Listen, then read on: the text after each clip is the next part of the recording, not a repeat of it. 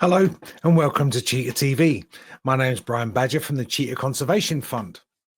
In today's episode, we're going to be looking at habitat restoration and biomass solutions. Now, we've spoken in the past about the bush block program, habitat restoration, and that type of thing. But what I thought would be good today is to hear from Dr. Bruce Brewer and see his presentation that he gave at the Global Cheetah Summit that was held in Addis Ababa in Ethiopia. Now, Bruce kind of started off the project because in 2001, CCF was looking for a viable way to restore habitat that could be economically viable as well. And that's where they came up with the start of the bush block that's evolved into a huge operation now at our center in Ochivarongo in Namibia.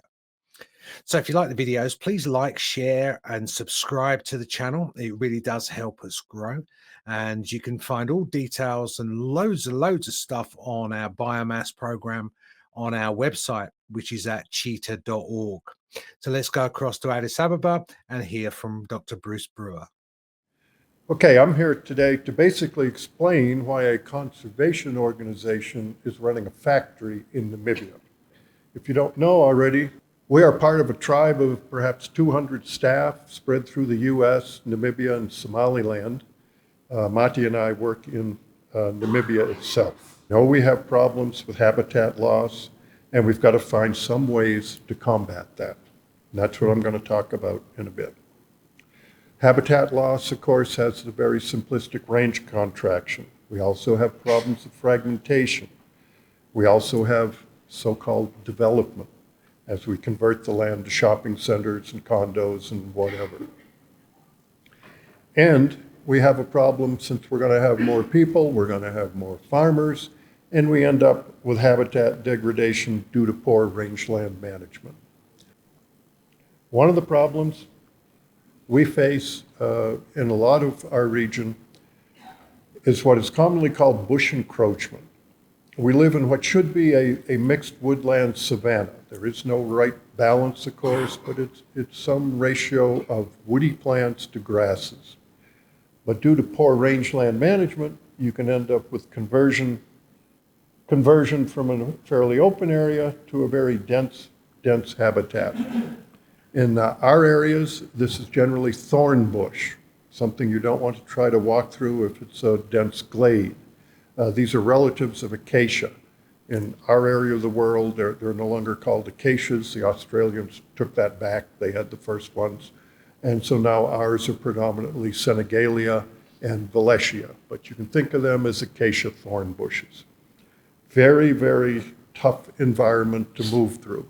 This, of course, degrades somewhat the cheetah's ability to hunt, but the main thing is it just destroys the ecological balance, and it has a tremendous effect on farmers because they do not have as much grass. They can't stock as much livestock. For instance, in Namibia, the figures have gone from perhaps 5 hectares of land could support a livestock unit, which means like an adult cow, etc., to now you need 20 hectares of land to support the same animal. So the farmers lost some of her ability or his ability to make money. Therefore, the farmer's living on the edge, and therefore she or he cannot tolerate any losses to predators. We find that good farmers in our area know they live in a mixed community with both wildlife and livestock, and they'll accept a few losses each year. It's part of doing business in the African landscape. But if you're living right on the edge economically, you can't afford even one loss. And so you become a grumpy farmer and you take it out on the predators. And what's the predator you're most likely to see? The cheetah, because they're more up dusk and dawn. And so we have a lot of problems with offtake of cheetah due to the advance in bush encroachment. There are multiple drivers of bush encroachment, of course. It's the management regime is going to be the biggest one, but one is the displacement of the natural browsers the big animals, the elephants, the rhinos. The farmers don't tolerate them because they hurt their precious fences. Fire suppression. The farmers don't let native fires take hold because it hurts their precious fences. Okay? Climate change is also a problem. It does seem that woody biomass is a little more efficient in the uptake of CO2 than the grasslands. But the basic problem is what is commonly called overgrazing, trying to put too many livestock on your land to make more money off of them. This is a picture from, I think, 2019 of a farmstead in Namibia. You can see it just looks like a gigantic, almost a monoculture of bush. It's obviously very hard to make a living in that landscape if you're trying to make it with livestock. This is two different maps. The one on the left here is a bit of an overlay of standardized cheetah habitat, let's say. And here in sub-Saharan Africa, we have in the bigger shades of green where bush encroachment is increasing in the future and expected to get even worse due to climate change. So we have more problems coming. What are we going to do? We're going to have to thin the bush, okay? Thinning the bush should be good for everybody, should be good for the cheetah, should be good for the farmer. And so we shall see what we should do. Thinning bush is well known. It's called in the commercial world of forestry, this is called restoration thinning, which means selectively removing some of your plants, letting others grow. Of course, you see this in plantation forestry all the time, which they do just to make sure that the remnant timber is more regular and more valuable, but it has ancillary benefits in biodiversity. So everything benefits if you undertake some restoration thinning. There are various ways to do this. You can just go in manually and chop down the bush. We'll just talk about the thorn bush for now. That's, of course, a pretty nasty job because you're walking through an acacia forest, and acacias, I think, as you know, have branches very near to the ground as they start up, so you can't even get your axe or panga at it.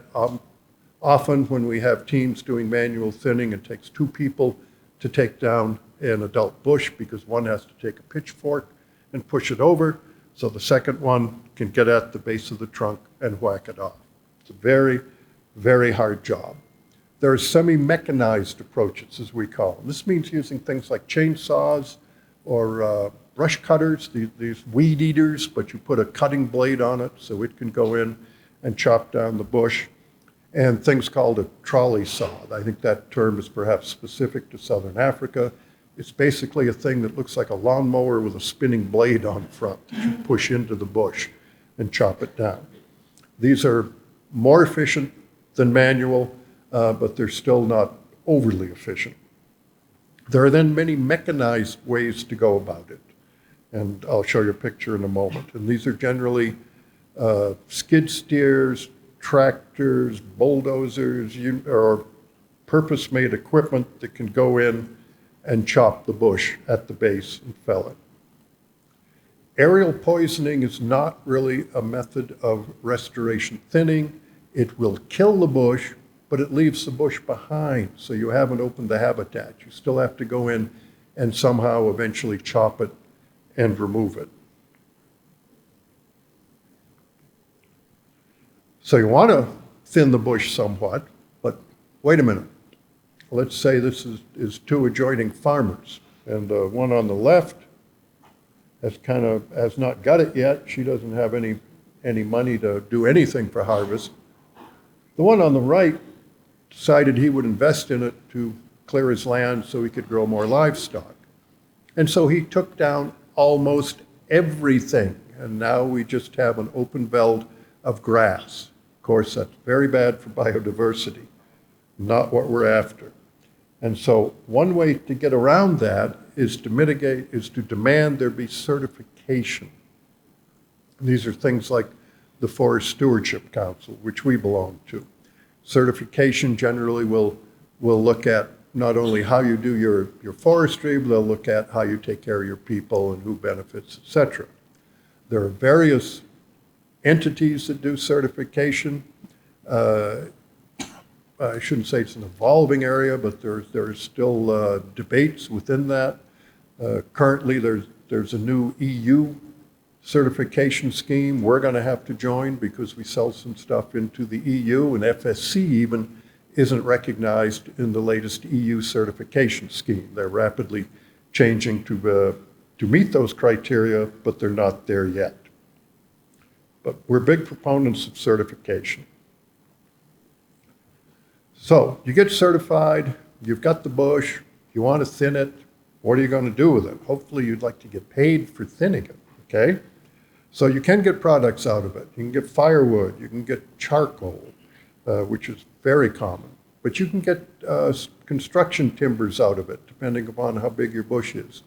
And even our little acacia thorn bushes, you can still use the trunk wood to make fencing material. You can make a livestock feed if you harvest at the right time of year and treat it with the appropriate additives, etc. You can cook the wood and make biochar. I'm sure those of you who are gardeners know of biochar. Biochar is now becoming a big buzzword in the carbon industry because it's pretty well controlled carbon. So you can get a lot of carbon credits for making biochar. Biochar is just one step short of activated charcoal. So we've actually produced biochar on our unit and had some even come out to activated charcoal, which could be quite valuable. And then you can take the raw wood and just chip it up and use it either as the chips you get, or you can form it into something else, like a wood fuel briquette or a wood pellet. You can then also take the wood, perhaps these wood chips we've just produced, and cook it, and then grab the off gas, refine it, and make biofuels. And I'm sure you've all heard that the airline industry is trying to get into using biofuel now as aviation fuel. Now, charcoal is widespread, and I'm sure you know that the charcoal industry has a few problems, okay? Generally, it is done on the ground by private entrepreneurs. The landowner doesn't really take them on as employees. They're private entrepreneurs, so they live on the land where they make the charcoal, generally without protective equipment, generally with their children to help them, so the children don't go to school and get their behavior changed. And there's another problem with the charcoal industry. See how these are big chunks in the back? This, by the way, is one of the traditional methods of making charcoal. You put it in a big tin like this, fire it off, cover it up, and let it cook. But see how they're using big diameter pieces of wood. You do that because you get paid more for a big chunk of wood. It has more value when you use it. When you make charcoal this way, though, when the wood is fully cooked, the guy dumps it out on the ground, sorts it to get the best pieces out, so it gets dirt mixed in, rocks mixed in. It's not that valuable a product.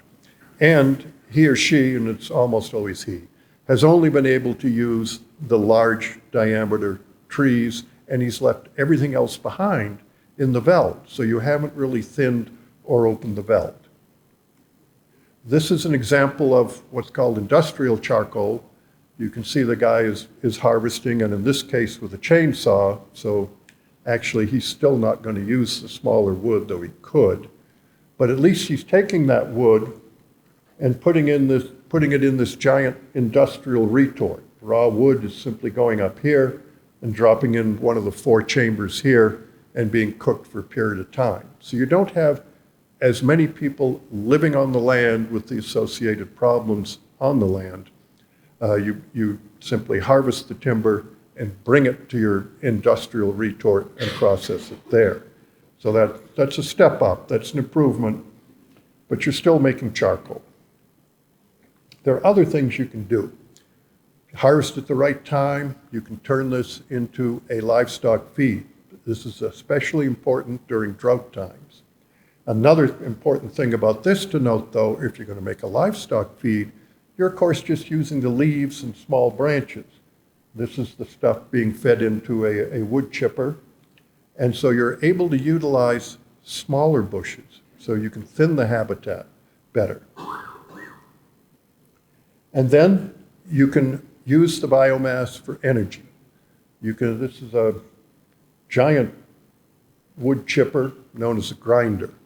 And you can drop any size tree into that, chew it up, and take it off to be processed. Generally, it would be turned into wood chips, that's what these are here, and can then be further processed after that.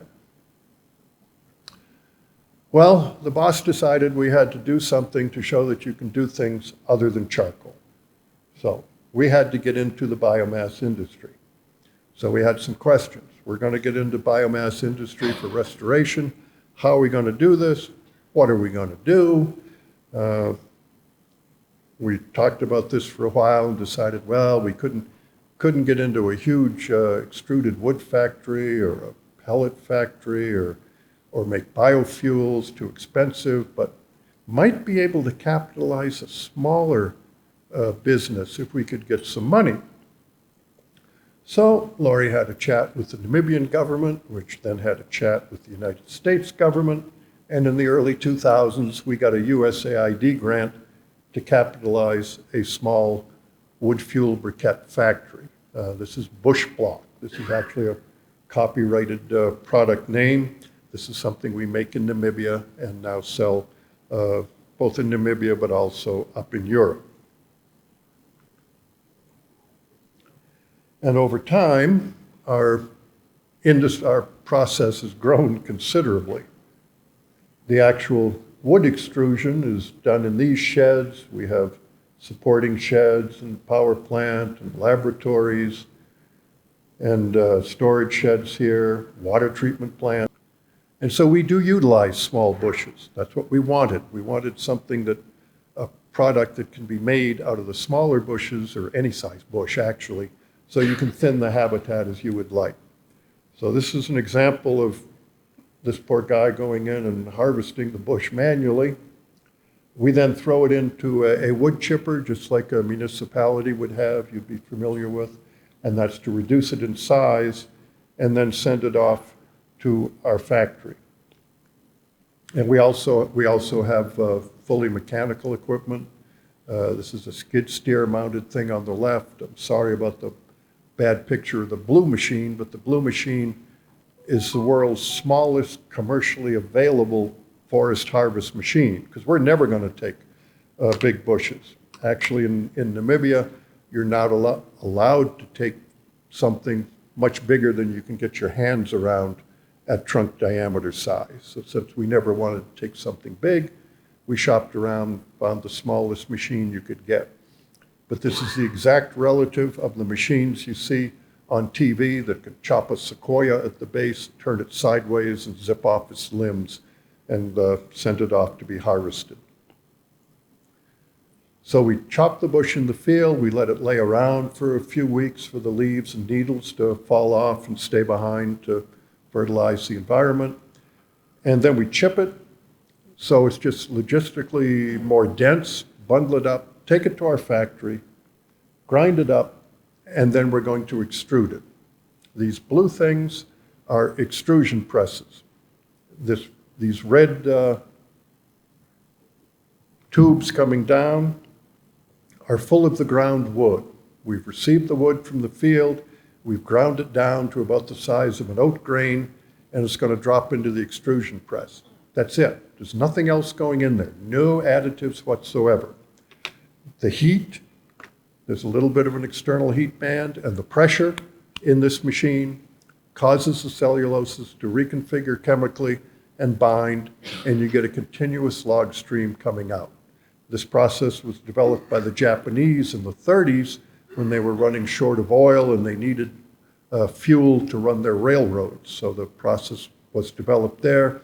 It's then taken globally. There are different machines that do this, but it's become quite popular. Our particular brand is called a Shimada, still after the original Japanese machines, but there are now other ways to do this to make extruded wood fuel briquettes. These are made throughout the world. There are presses in Ghana and Poland and China, etc. So that there's nothing unique about this process. Our unique sales point, of course, is we're doing it for the good of the cheetah.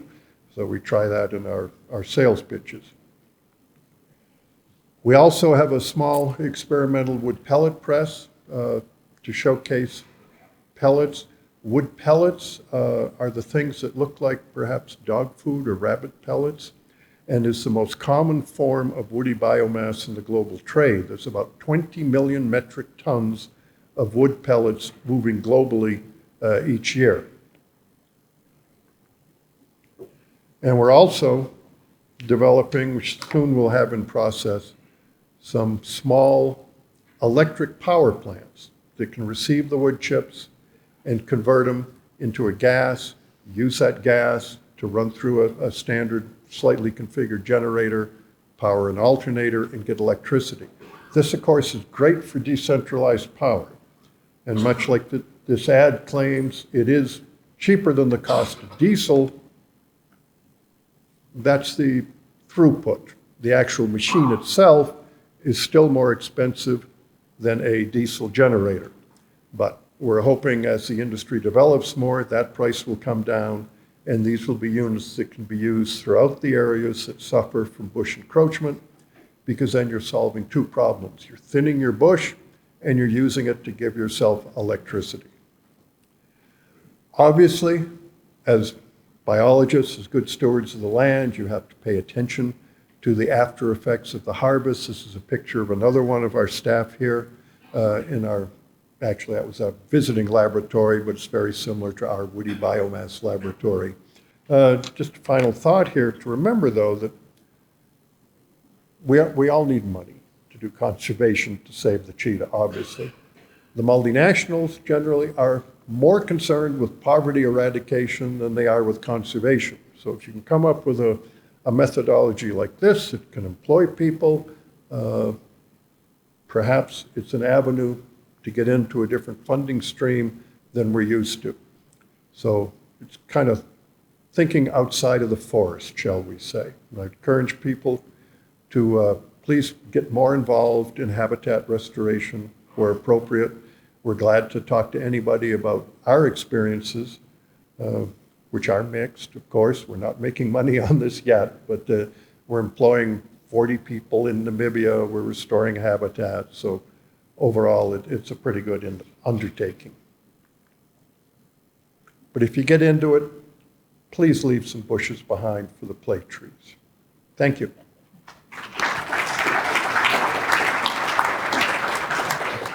Well, I hope that's elaborated a lot more about the Bush Block program and the biomass and the development center out in Namibia, and kind of give you a bit of the background behind it and what it means to the communities and to the habitat of not only the cheetah, but obviously the farmers as well. So if you like the videos, please subscribe, like, and share. And you can find, as always, lots of information of how you can support CCF, but also if you want fact sheets or scientific papers, anything like that, you can find all those details on our website, which is at cheetah.org. So thanks very much for joining me. And until the next episode of Cheetah TV, I'll see you again very, very soon.